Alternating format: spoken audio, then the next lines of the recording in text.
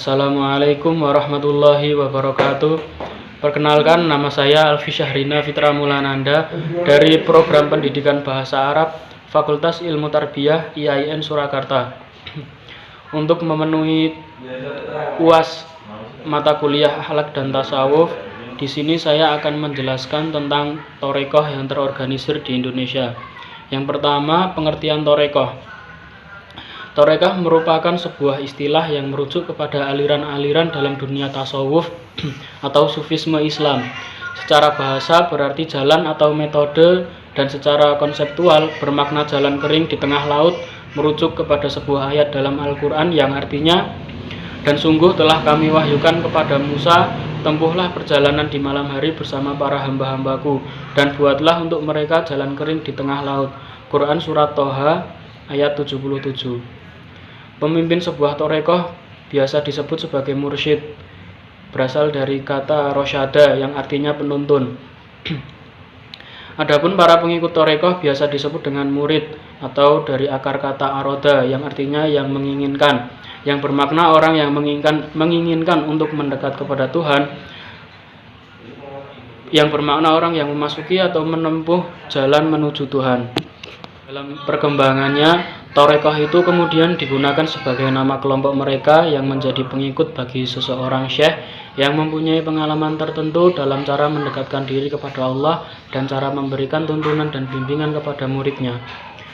Yang selanjutnya saya akan menyebutkan dan menjelaskan macam-macam Thorekoh dan ajarannya. Yang pertama yaitu Thorekoh Naksabandiyah.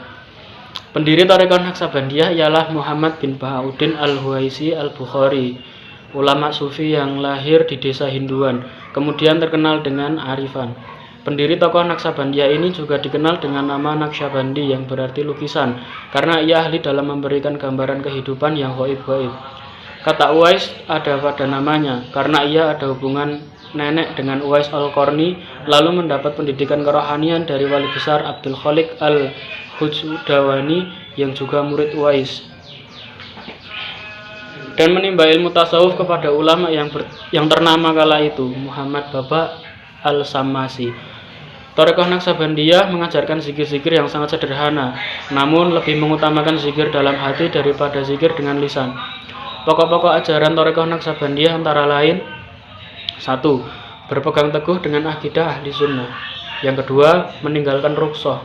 Yang ketiga, memilih hukum yang azimah. Yang keempat, senantiasa dalam muraqabah. Yang kelima, tetap berhadapan dengan Tuhan. Yang keenam, senantiasa berpaling dari kemegahan dunia. Adapun faedah-faedah yang dapat diambil dari Thorekoh Naksabandiyah yaitu: 1. Berpakaian dengan pakaian orang mukmin biasa. 2. Zikir tanpa suara. 3. Mengatur nafas tanpa lalai dari Allah. Yang berikutnya, berakhlak dengan akhlak Nabi Muhammad SAW. Ada 6 dasar yang dipakai sebagai pegangan untuk mencapai tujuan dalam Thorekoh ini, yaitu taubat, uzlah atau mengasingkan diri dari masyarakat ramai yang dianggapnya telah mengingkari ajaran Allah dan beragam kemaksiatan, sebab ia tidak mampu memperbaikinya.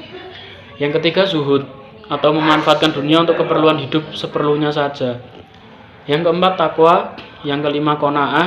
Yang keenam, taslim atau kepatuhan batiniyah akan keyakinan kalbu hanya pada Allah. Hukum yang dijadikan pegangan dalam Thorekoh Naksabandiyah ini juga ada 6, yaitu: 1. Zikir. 2. Meninggalkan hawa nafsu.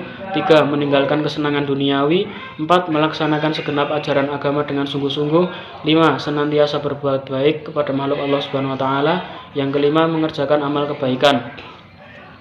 Syarat-syarat untuk menjadi pengikut Thorekoh Naksabandiyah yaitu: iktikad yang benar, menjalankan sunnah Rasulullah, menjauhkan diri dari nafsu dan sifat-sifat yang tercela, taubat yang benar, menolak kezaliman, menunaikan segala hak orang, dan mengerjakan amal dengan syariat yang benar. Yang kedua yaitu Thorekoh Qadariyah. Pendiri Thorekoh Qadariyah adalah Syekh Abdul Qadir Al-Jailani, seorang ulama yang zahid, pengikut mazhab Hambali. Ia mempunyai sebuah sekolah untuk melakukan suluk dan latihan-latihan kesufian di Baghdad. Pengembangan dan penyebaran Thorekoh ini didukung oleh anak-anaknya antara lain Ibrahim dan Abdul Salam. Thariqah Qadiriyah berpengaruh luas di dunia timur. Pengaruh pendiri ini sangat banyak meresap di hati masyarakat yang dituturkan lewat bacaan manaqib. Tujuan ini adalah untuk mendapatkan berkah, karena Syekh Abdul Qadir Al-Jailani terkenal dengan keramatnya.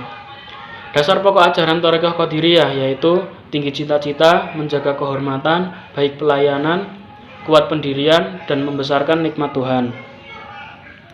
Thariqah yang selanjutnya adalah Thariqah Syaziliyah. Pendiri Thariqah Syaziliyah adalah Abdul Hasan Ali Asyazili, seorang ulama dan sufi besar. Menurut silsilahnya, ia masih keturunan Hasan, putra Ali bin Abi Thalib dan Fatimah binti Rasulullah SAW. Ia dilahirkan pada 573 Hijriah di suatu desa kecil di kawasan Maghribi. Ali Syazili terkenal sangat soleh dan alim. Tutur katanya enak didengar dan mengandung kedalaman makna.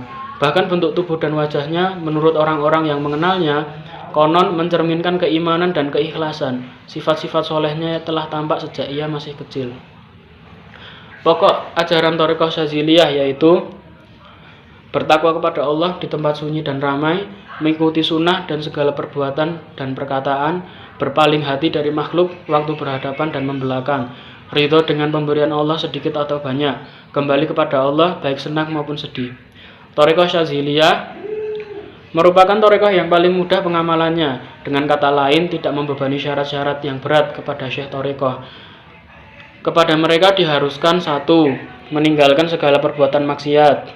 2. Memelihara segala ibadah wajib seperti sholat 5 waktu, puasa Ramadan, dan lain-lain. Yang ketiga, menunaikan ibadah-ibadah sunnah semampunya. Yang keempat, zikir kepada Allah Subhanahu wa taala sebanyak mungkin atau minimal 1000 kali dalam sehari semalam, dan beristighfar sebanyak 100 kali sehari semalam, dan zikir-zikir yang lain. Yang kelima, membaca sholawat minimal 100 kali sehari semalam dan zikir-zikir yang lain. Mungkin itu saja thariqah-thariqah yang bisa saya sebutkan. Dari keterangan yang sudah saya jelaskan tadi, bisa disimpulkan bahwa thariqah adalah sebagai hasil pengamalan dari seorang sufi yang diikuti oleh para murid, yang dilakukan dengan aturan atau cara tertentu dan bertujuan untuk lebih mendekatkan diri pada Allah. Dalam perkembangannya, thariqat itu kemudian digunakan sebagai nama sekelompok mereka yang menjadi pengikut bagi seorang syekh yang mempunyai pengalaman tertentu dalam cara mendekatkan diri kepada Allah dan cara memberikan tuntunan dan bimbingan pada muridnya. Dalam memberi nama suatu kelompok thariqah dengan suatu ajaran tertentu, dinisbahkan kepada nama seorang syekh yang dianggap mempunyai metode dan pengalaman yang khusus. Di Indonesia terdapat beberapa thariqah yang telah tersebar ke beberapa daerah seperti Naksabandiyah, Qadiriyah, Samaniyah, Khalawatiyah, Khalidiyah, Al-Haddad, Rifaiyah, dan Aidrusiyah, serta yang lain-lainnya. Mungkin itu saja yang dapat saya sampaikan. Apabila ada salahnya dari diri saya sendiri, apabila ada benarnya itu dari Allah Subhanahu wa taala. Wallahul muwaffiq ila aqwamit thoriq, nun qala ma yasturun. Assalamualaikum warahmatullahi wabarakatuh.